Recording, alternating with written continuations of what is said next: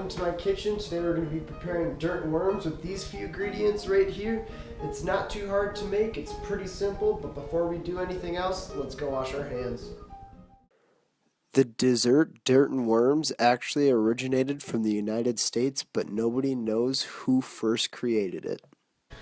Alright guys, now that I got my hands washed, don't worry about that. Gotta get your hair up. I don't think I'll need to worry about that either. And unfortunately, we're supposed to wear an apron, but our family doesn't have them. So I'm just going to get a little bit dirty, but it's for your guys' benefit. So bear with me. It's going to be worth it. I was able to buy these ingredients at Dick's Fresh Market right in town. It is easy to get to, and it is awesome to support your local businesses. Alright, the utensils we'll be using to make this are mixing bowls.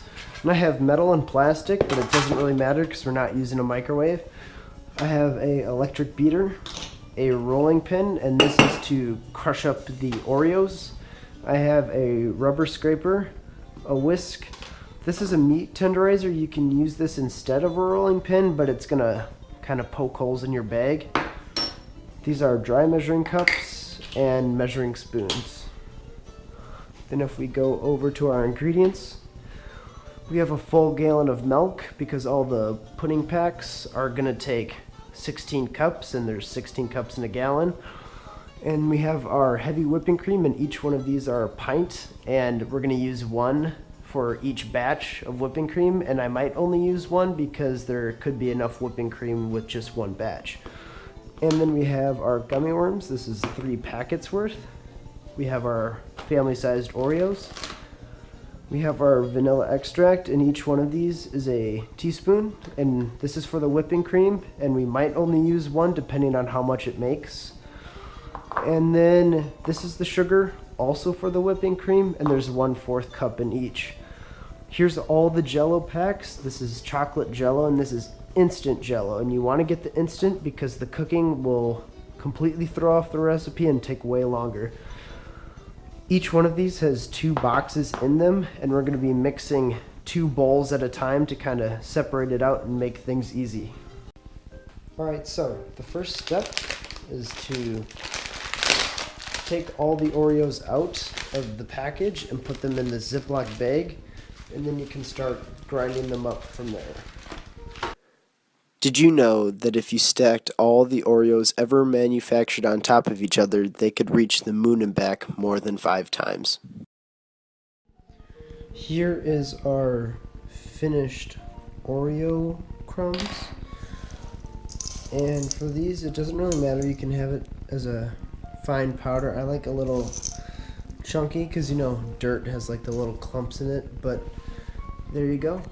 Alright, so to make the main pudding, we're going to have 2 bowls at a time. And like I said, each bowl has 2 boxes, and each box of chocolate pudding mix needs 2 cups of milk. 8 cups of milk.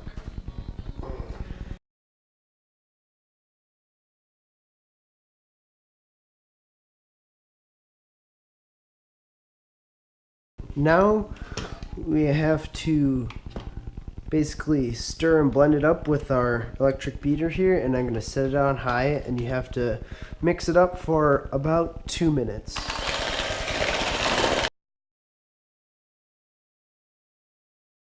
Alright, on to the second bowl of pudding. I'll make this one quick. I'll just speed through it for you guys. But a quick tip before I do is to let you know that a box of pudding makes around 4.5 cup servings. So that's why I'm making more than 8 of them to try to get enough for the whole class. And as you can see by the countertop, this can get quite messy when you are beating it or blending it, but it's alright. So here we go again.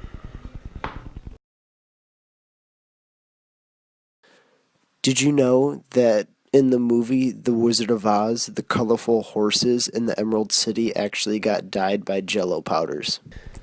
Once your pudding is completely beaten and mixed, it should have a more solid consistency, more like a pudding or like a Jell-O. And then you're going to want to put it aside or in the fridge for about 5 minutes, and then it should be completely done.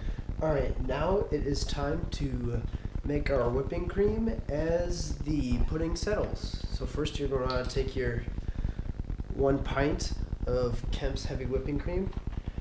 You're going to open it and pour the whole 1 pint into the bowl.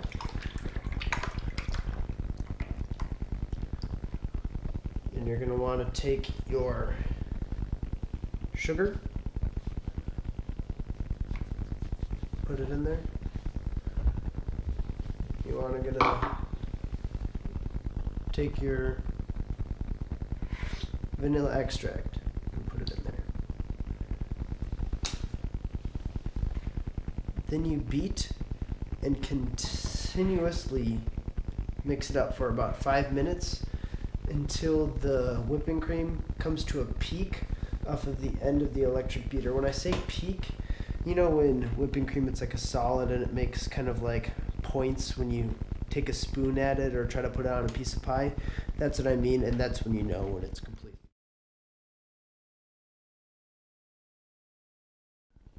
After the whipping cream mixture has been beaten for around 5 minutes or more, it should turn into this more chunky whipped cream. And you can clearly tell that it is ready by the fact that it doesn't just fall off the spoon. You have to shake it a little bit, so it clearly has reached a whipped cream state and you're ready to put it on your dessert. Once everything has settled and everything is completely ready for the final dish, the final product should look like this. And now, of course, to top it all off, it's time to do the dishes.